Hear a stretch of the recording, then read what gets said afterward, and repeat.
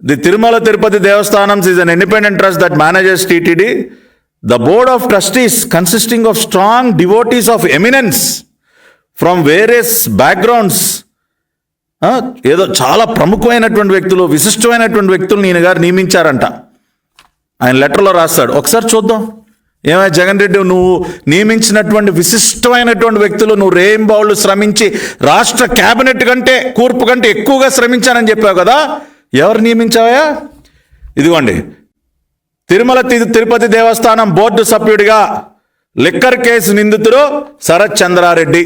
ఇదయా, ఇదిగో ఇవి వీరినే తమరు ఎంతో కష్టపడి ఎంతో శ్రద్ధ వహించి స్వామివారికి సేవ చేయడం కోసం నియమించినటువంటి విశిష్టమైనటువంటి వ్యక్తి అయ్యా. ఢిల్లీ లిక్కర్ స్కామ్లో నిందితుడు, జైల్లో తీహార్ జైల్లో ఉన్నటువంటి శరత్ చంద్రారెడ్డిని తమరు టీటీడీ బోర్డు మెంబర్గా నియమిస్తారు. సిగ్గుందా జగన్ రెడ్డి నీకు? ఇటువంటి క్రిమినల్స్ని, ఇటువంటి 420ని నువ్వు టీటీడీ బోర్డులో నియమించి తమరు దాని గురించి మాట్లాడతారు. ఎంతో కష్టపడ్డారంట. ప్రధానమంత్రి గారికి సిగ్గు లేకుండా మళ్ళీ లేఖ రాయటం, సార్ నేను చాలా కష్టపడి sir, I appointed people of prominence, eminence.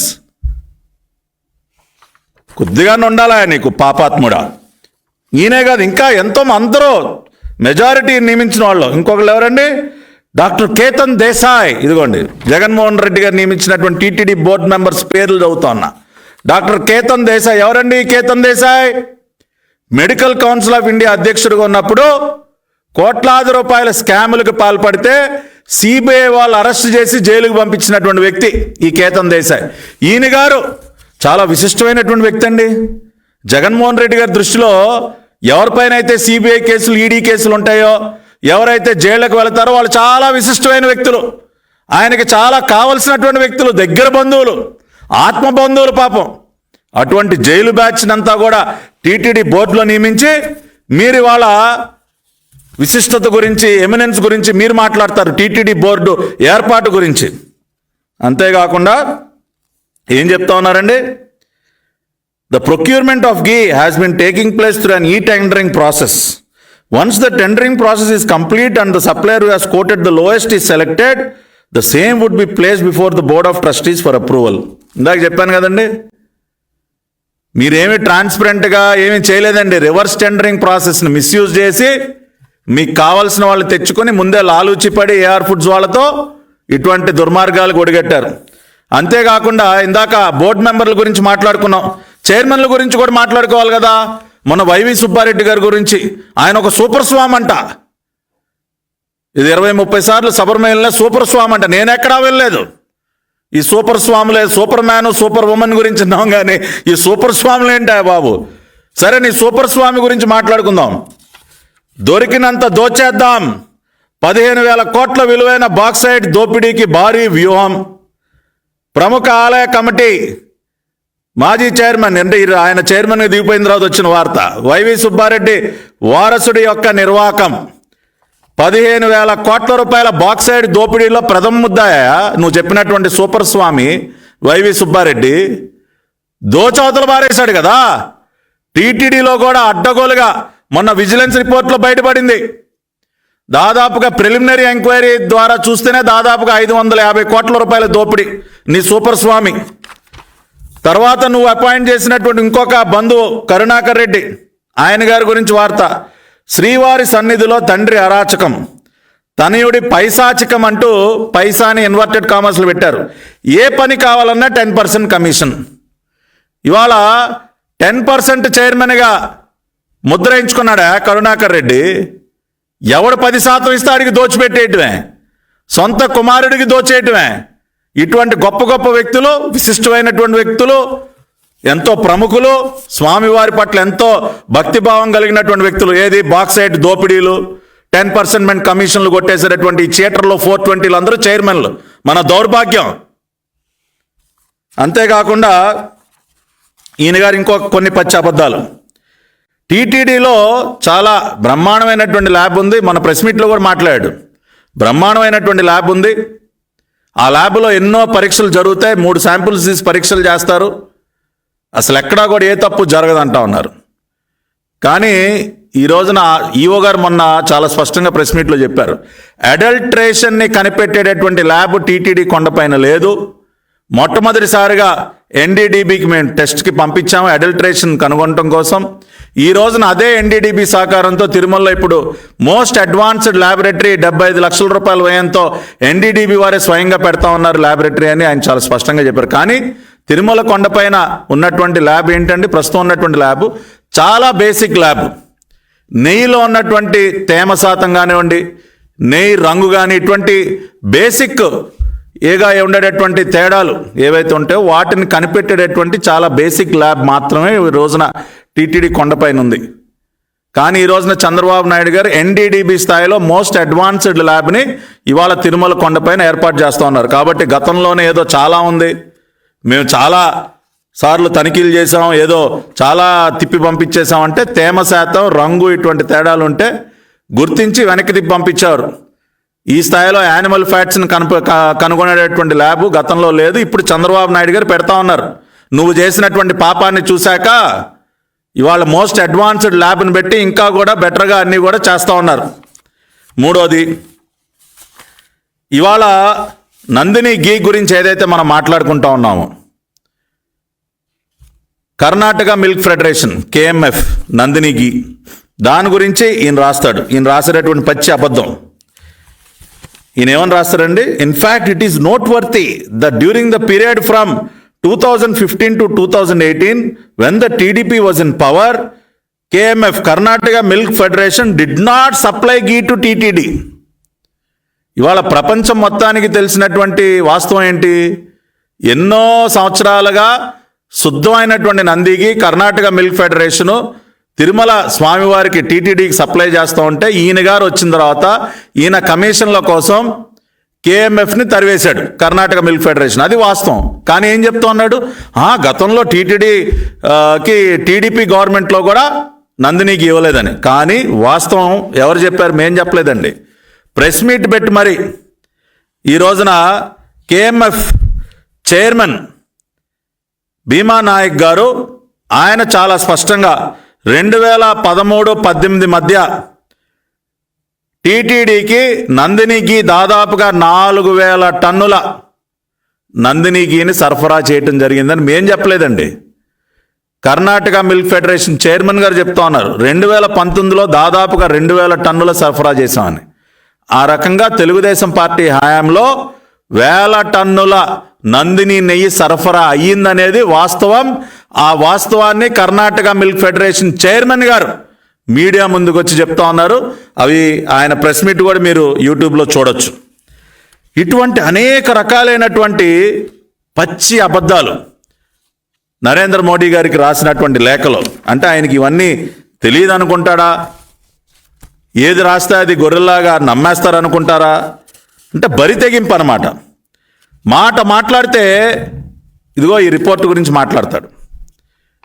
ఈ రిపోర్ట్లో అది రాశారు ఇది రాశారని లెటర్లో ప్రస్తావిస్తారు. ఎవరైనా మీరు ఒక్కసారి ఆలోచించండి, మనం ఏదన్నా ఒక రిపోర్ట్ గురించి మనం ప్రస్తావన తీసుకొచ్చినప్పుడు మనం ఆ లెటర్లో enclosed the above mentioned report copy అని కింద పెట్టి ఆ రిపోర్ట్ని ఎన్క్లోజ్ చేస్తాం కదా. ఏమే జగన్ రెడ్డి, ఎందుకని నీకు ఈ రిపోర్ట్ పట్ల అన్ని రకాలైనటువంటి అనుమానాలు, అసలు దీనిలో అసలు యానిమల్ ఫ్యాట్ ఉందని నిర్ధారించలేదని చెప్తా ఉన్నావు కదా, మరి ఈ కాపీ ఎందుకన్నా జతపరచలేకపోయావా నీ లేఖకి, ఎందుకు ధైర్యం చేయలేకపోయా? ఎందుకంటే ఈ రిపోర్ట్లో చాలా స్పష్టంగా తాటికాయలంత అక్షరాలతో, నిజంగా చదవాలంటే కూడా చాలా బాధగా ఉందండి. దీనిలో లార్డ్, బీఫ్ టాలో, ఫిష్ ఆయిల్ ఇవన్నీ ఉన్నట్టు తాటికాయలంత అక్షరాలతో రాసింది. ఈ విషయం నీకు తెలుసు, వాస్తవాలన్నీ నీకు తెలిసి బుకాయిస్తా ఉన్నావు కాబట్టే నీ లేఖకి కనీసం ఈ రిపోర్ట్ కాపీని కూడా నువ్వు జతపరచలేకపోయావా? నువ్వు చేసినటువంటి పాపం ఏంటో నీకు తెలుసు, అందుకనే ఈ రిపోర్ట్ కాపీని జతపరచలేకపోయావు. అంతేకాకుండా దీనిలో ఈ రిపోర్ట్లో ఇంకా కూడా ఈయన రాసినటువంటి లేఖలో కొన్ని విషయాలు రాస్తాడు. దీనిలో అంటే ఏదో కండిషన్స్, ఈ రిపోర్ట్లో కొన్ని స్పెషల్ కండిషన్స్ మెన్షన్ చేశారు. కొన్ని ప్రత్యేక పరిస్థితుల్లో వీళ్ళ ఫైండింగ్స్ నిజం కాకపోవచ్చు అని కూడా మెన్షన్ చేశారని చెప్పి వాటి గురించి పదే పదే చెప్తా ఉన్నాడు. ఏమంటే ఒక్కసారి మనందరం ఈ రిపోర్ట్ వాళ్ళందరూ పబ్లిక్ డొమైన్లోనే ఉంది. కామన్ సెన్స్ ఆలోచిస్తే దీనిలో ఏమని రాశారు? Under certain circumstances a false positive report can be obtained అని రాస్తూ వాళ్ళు ఏమన్నారు? ఒబ్టైన్డ్ ఫ్రమ్, ఒకవేళ పాలు గనక సింగిల్ కౌ నుంచి పాలు కనుక సేకరిస్తే ఆ కౌలో ఏదన్నా, ఆ ఆవులో ఏమన్నా లోపాలు ఉంటే కనుక ఒక్కొక్కసారి రిపోర్ట్ తేడా వచ్చేట అవకాశం ఉందని రాశారు. ఏమైనా జగన్ రెడ్డి, ఒక్క ఆవు 1000 టన్నుల నెయ్యి తయారు చేసేటటువంటి పాలు ఇచ్చేస్తుందా? అంటే మీ చిన్నాన్న సూపర్ స్వామి లాగా ఏమన్నా సూపర్ కౌస్ ఉన్నాయనుకున్నావు ఏంట? ఒక్కొక్క ఆవు రోజు కొన్ని 1000 లీటర్ల పాలు ఇచ్చేసి ఆవులు ఉన్నాయా? ఏం ఆలోచిస్తావా అసలు నువ్వు? ఏం ఆలోచిస్తావు? కొంత నీకు అసలు ఆ రిపోర్ట్ చదవటానికే పైన కింద పడ్డావు. నీకున్నటువంటి 10th పాస్ ఇంగ్లీష్ ప్రావీణ్యం ఏంటో మళ్ళీ ఒకసారి మన ప్రెస్ మీట్లో చూపించావు. అంతేకాకుండా ఒబ్టైన్ ఫ్రమ్ బొవైన్ మిల్క్. అరే కౌగి అంటే మళ్ళీ బొవైన్ మిల్క్ గురించి మాట్లాడతాడు. ఆ రకంగా ఏదో ఒక రకంగా మళ్ళీ ప్రజల్ని తప్పుదోవ పట్టించాలి, ఏదో ఒక రకంగా బుకాయించాలన్న ఒక ప్రయత్నంలో భాగంగా ఇవాళ ఇటువంటి పచ్చి అబద్ధాలు, అవాస్తవాలన్నీ కూడా మళ్ళీ వండి వార్చేటటువంటి ప్రయత్నం చేస్తూ ఉన్నాడు. ఇవాళ అందుకనే చెప్తా ఉన్నాం, జగన్మోహన్ రెడ్డి నువ్వు చేసినటువంటి పాపం ఏదైతే ఉందో ఇవాళ ప్రపంచవ్యాప్తంగా ఉన్నటువంటి ప్రతి ఒక్క హిందువుకి స్పష్టంగా అర్థమైంది. అందుకనే ఇవాళ దేశవ్యాప్తంగా పెద్ద ఎత్తున నీ దిష్టి బొమ్మలు తగలబెడతా ఉన్నారు. ఆఖరికి ఇవాళ నిరసనలు నీ తాడేపల్లి కొంప గేటు వరకు వచ్చేసాయి నిరసనలు. ఇవాళ రాజకీయ పార్టీలని కాసేపు మనం పక్కన పెడదాం. ఇవాళ హిందూ అయినటువంటి ప్రతి వారు కూడా నిన్ను ఏ స్థాయిలో ద్వేషించుకుంటున్నారో నువ్వు కలలో కూడా ఊహించలేవు. ఎందుకంటే అటువంటి పాపానికి ఒడిగట్టావు నువ్వు జగన్మోహన్ రెడ్డి. కేవలం నీ కాసుల కకృతి కోసం, నీ అవినీతి కోసమా? స్వామివారి ప్రసాదంతో చెలగాటం ఆడతావా? పర్యావసానాలు కూడా భవిష్యత్తులో చూస్తావు జగన్మోహన్ రెడ్డి. నువ్వు స్వామివారి ప్రసాదంతో చెలగాటం ఆడావు. స్వామివారి ఆగ్రహం కూడా ఏ విధంగా ఉంటుందో చూస్తావు. ఆల్రెడీ ఒక శాంపుల్ మనం చూసావు. ఇన్ని పాపాలు గొడిగడుతున్నావు కాబట్టి నిన్ను 164 నుంచి 151 నుంచి 11కి దిగ్గొట్టారు. ఇంకా ఉంది, ఇంకా భవిష్యత్తులో ఇంకా చాలా చూస్తావు. దేవుడి స్క్రిప్టు ఎంత భయానకంగా ఉంటుందో ఇంకా భవిష్యత్తులో, ఇప్పుడే ప్రారంభమైంది కదా నీ సినిమా. కాబట్టి భవిష్యత్తులో దేవుడి స్క్రిప్టు ఎంత భయానకంగా ఉంటుందో కూడా తమరు చూస్తారు. కాబట్టి దయచేసి ఇంకా మానుకోండి ఇటువంటి తప్పుడు లేఖలు, అబద్ధాలతో కూడుకున్నటువంటి ఇటువంటి తప్పుడు లేఖలు రాయటం మానుకోండి.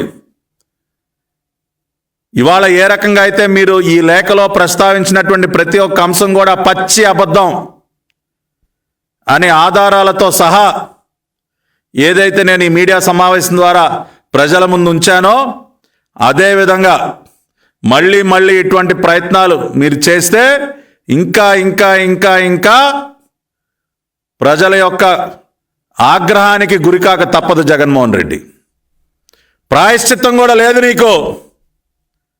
నీకు ప్రాయశ్చిత్తం కూడా లేదా? అటువంటి పాపం నువ్వు చేసినటువంటి పాపం, ప్రాయశ్చిత్తం కోరేటటువంటి అర్హత కూడా నీకు లేదు.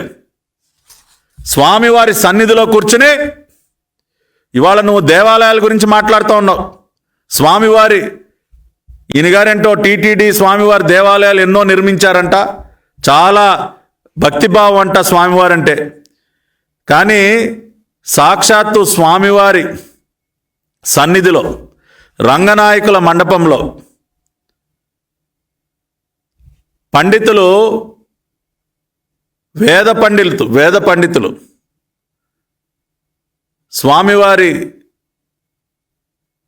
అక్షింతలని వేద మంత్రాలు పఠిస్తూ స్వామివారి అక్షింతలతో వచ్చినటువంటి ముఖ్యమంత్రులు కానీ రాష్ట్రపతులు కానీ విశిష్టమైనటువంటి వ్యక్తుల్ని ఆశీర్వదిస్తూ ఉంటారు. ఆ రకంగా స్వామివారి అక్షింతలతో ఈ జగన్మోహన్ రెడ్డి ముఖ్యమంత్రిగా ఉన్నప్పుడు ఆశీర్వచనం చేస్తే అక్షింతలు వేసినటువంటి మరుక్షణం మీ అందరికీ గుర్తుంది కదండి, ఆ వీడియో చాలా వైరల్ అయింది. అక్షింతలు వేసినటువంటి మరుక్షణం చాలా ఇబ్బందికరంగా, అసలు అదేదో చాలా ఫ్రస్ట్రేట్ అయిపోయి తలంతా ఇట్లా ఇట్లా ఇట్లా ఇట్లా ఇట్లా రకరకాలుగా ఏది స్వామివారి సన్నిధిలోనే దులిపేసుకుని అక్షింతలన్నింటినీ కూడా కింద దులిపేసి కిందకి పడేసినటువంటి వ్యక్తి జగన్మోహన్ రెడ్డి. ఆ రోజున అక్కడ ఉన్నటువంటి వారందరూ నిర్ఘాంతపోయారు. అయ్యో ఎంతటి పాపం ఇది, స్వామివారి అక్షింతలను ఈ రకంగా ఎవరైనా దులిపేస్తారా? నిజంగా మనం ఆ అక్షింతలు మన తల మీద పడితే ఎంతో పవిత్రంగా భావిస్తాం. అమ్మా జన్మ ధన్యమైంది, స్వామివారి అక్షంతలతో మనకి ఆశీర్వచనం ఇచ్చారని చెప్పి పులకించిపోతాం మనం. కానీ అటువంటిది హిందూ ద్వేషి, హిందూ ద్రోహి జగన్మోహన్ రెడ్డి ఏం చేశాడు? మొత్తం స్వామివారి సన్నిధిలోనే దులిపి కింద పాడేసి ఈ రోజున ఈయనకంట స్వామివారి పట్ల భక్తి అంట, దేవాలయాలు ఏదో నిర్మించాడంట, ఈయన గారు మాట్లాడతాడు. కాబట్టి ఇటువంటివి మనం చెప్పుకుంటూ పోతే ఇంకా అనేక రకాలైనటువంటి వ్యవహారాలు ఉన్నాయి. ఎటువంటి వ్యక్తుల్ని చైర్మన్లుగా ఈవోలుగా నియమించాడో, ఎంతెంత కొల్లగొట్టాడో, ఎంతెంత లూటీ చేశాడో టీటీడీలో, ఇవన్నీ విజిలెన్స్ ఎంక్వైరీలు ఇంకా ఇంకా బయటపడతాయి. గౌరవ ముఖ్యమంత్రి గారు కూడా జరిగినటువంటి ఈ పాపం ఏదైతే ఉందో దీనికి బాధ్యులైనటువంటి వారందరినీ కూడా కఠినంగా శిక్షించడానికి అన్ని రకాలుగా కూడా కృత నిశ్చయంతో ఉన్నారు. ఎగ్జిక్యూటివ్ ఆఫీసర్ శ్యామలరావు గారు కూడా వచ్చి నివేదిక ఇవ్వటం జరిగింది ముఖ్యమంత్రి గారికి. ఆ నివేదికని పరిశీలిస్తూ ఉన్నారు. అవసరమైతే సిబిఐ ఎంక్వైరీ వేయటానికి కూడా ఈ ప్రభుత్వం వెనుకాడదు. దీని వెనుకున్నటువంటి పాపాత్ములందరికీ కూడా కఠినమైనటువంటి శిక్ష పడాలని చెప్పి కూడా ఈ రాష్ట్రంలో ఉన్నటువంటి ప్రతి ఒక్క, రాష్ట్రంలోనే కాదు ప్రపంచవ్యాప్తంగా ఉన్నటువంటి ప్రతి ఒక్కరు, హిందువులే కాదండి అన్ని మతాల వారు కూడా, not only people belonging to Hindus, ఈరోజు ముస్లిమ్స్ కానీ క్రిస్టియన్స్ కానీ అందరూ బాధపడుతూ ఉన్నారు. అరే స్వామివారి సన్నిధిలో ఇంత అపచారం, ఆ స్వామివారి ప్రసాదం ఈ రకంగా చేశారా అని ముస్లిం సంఘ నాయకులు విమర్శిస్తూ ఉన్నారు, బాధపడుతూ ఉన్నారు. అన్ని మతాల వారు కూడా జరిగినటువంటి ఈ ఘోరం జగన్మోహన్ రెడ్డి హయాంలో ఏదైతే ఉందో దాని పట్ల ఎంతో బాధను వ్యక్తం చేస్తున్నారు. అందరూ కోరుకుంటున్నారు దీని వెనుకున్నటువంటి వారిని వదలొద్దు సార్, గట్టిగా శిక్షించండి అని చెప్పి ప్రతి ఒక్కరూ కోరుకుంటూ ఉన్నారు. కాబట్టి ఆ రకంగా శిక్ష పడి తీరుతుంది, ఎక్కువ సమయం తీసుకోకుండా కూడా శిక్ష పడి తీరుతుందని చెప్పి మరొకసారి వారందరికీ రాష్ట్ర ప్రభుత్వం తరఫున, తెలుగుదేశం పార్టీ తరఫున మరొకసారి భరోసా కల్పిస్తూ జగన్మోహన్ రెడ్డిని కూడా మళ్ళీ ఇంకొకసారి ఇటువంటి లేఖలు రాస్తే, అబద్ధాలతో కూడుకున్నటువంటి లేఖలు, స్వామివారి విషయానికి సంబంధించి ఇప్పటికే చాలా పాపాలు చేశావు, ఇంకా మళ్ళీ అబద్ధాలు మాట్లాడి ఇంకా నీ పాపాల చిట్టాన్ని పెంచుకోవద్దు జగన్మోహన్ రెడ్డి. ఇటువంటి పనులు చేస్తే ఇంకా ప్రజల ఆగ్రహానికి గురవుతావు, కానీ నీ మాటలు ఎవరు కూడా నమ్మేటటువంటి పరిస్థితిలో లేరు అని తెలియజేసుకుంటూ మీ అందరి దగ్గర సెలవు తీసుకుంటున్నాను. ఓం నమో వెంకటేశ.